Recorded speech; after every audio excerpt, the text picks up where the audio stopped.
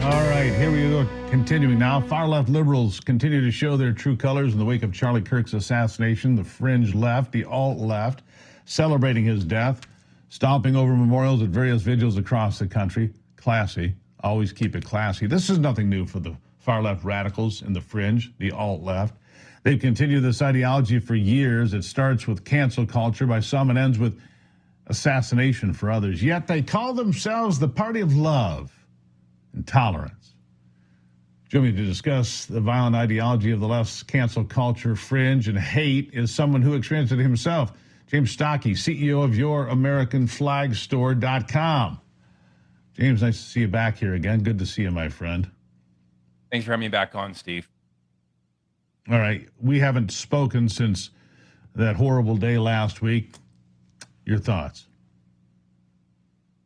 Well, I was actually watching your show as everything unfolded, and my emotions and my thoughts mirrored pretty much exactly what you were expressing on TV. I mean, I went from shock. I went from having a ton of hope, went to praying, and then the moment we found out, I mean, it's shocking. Then you get mad, and then the last several days, you just kind of sort through all these feelings of like, am I supposed to be mad? Am I supposed to, be happy that a guy like Charlie with such an amazing faith, I mean, he's where he wanted to eventually be. So it's just these incredible mixed of emotions. But I saw one video that Charlie made, and this was back after the first Trump assassination attempt, where Charlie said, "You take out one of us, 100 will appear. If you take out one of us, 1,000 will appear. If you take out one of us, 10,000 will appear." And I'm here to tell you that I am one. I have appeared. Not just me, but a million like me. We're all upset. We're trying to get our bearings on how we're going to attack this ideology that is poisoning our country.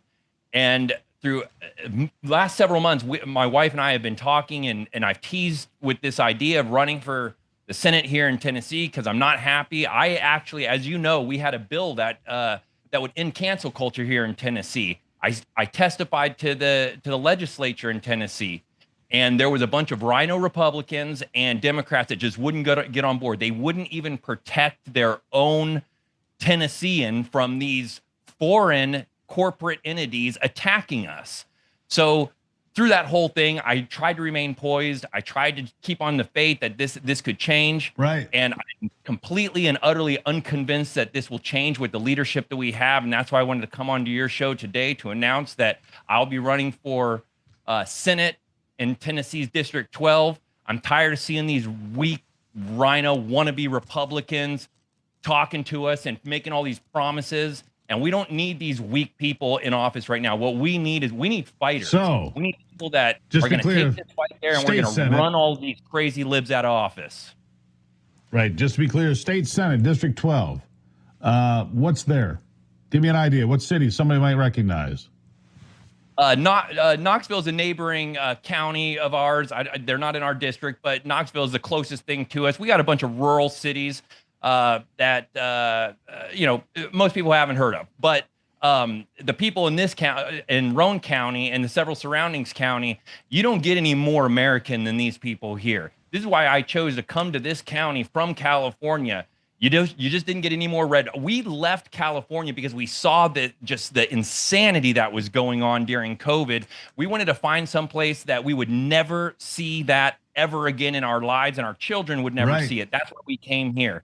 And then now we're starting to see it creep in, and we hear all these things with gerrymandering and all of this nonsense. And we better get on the ball, and we better do these things, because if we don't, they will. And if they will, we lose Tennessee. That's right.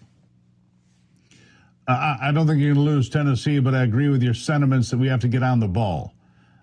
Here's something that's been happening since Charlie Kirk's assassination last week. And it keeps happening. Here's a new one. Dr. Matthew Young, vascular surgeon, Louisville, Kentucky, resigns after he said hateful things about Charlie Kirk in front of nurses and in front of patients. He deserved it. Well, you're unemployed, doctor. Good luck out there.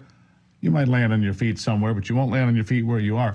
I have seen a lot of people firing people on the left. Well, what about freedom of speech? You've got freedom of speech, but there are repercussions. There are consequences. Charlie Kirk paid the highest price possible for free speech. So if you lose your job, I don't think that quite compares. Last word to you. Well, let's be clear about what free speech is. First of all, we're allowed to have free speech, and it's protected by any type of prosecution from the government. It is not protected by the people. If I have an employee that is running their mouth and saying they want to kill anybody and do harm to anybody, let alone politicians, let alone prominent people, they want to harm anybody, they're out the door. They're not going to be around here. I have an obligation to protect the people that work here.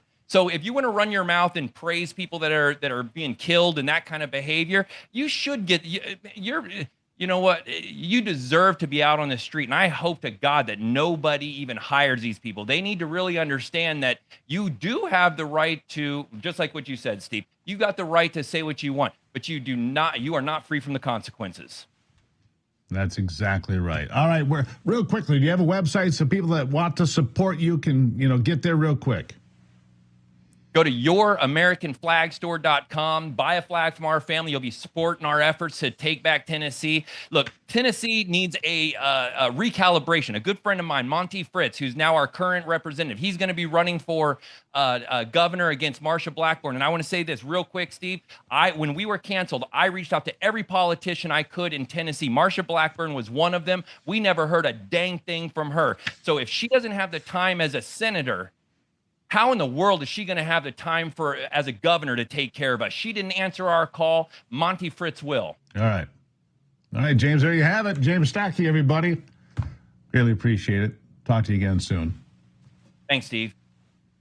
All right, don't go anywhere. We'll have more after the break here on America's Voice Live.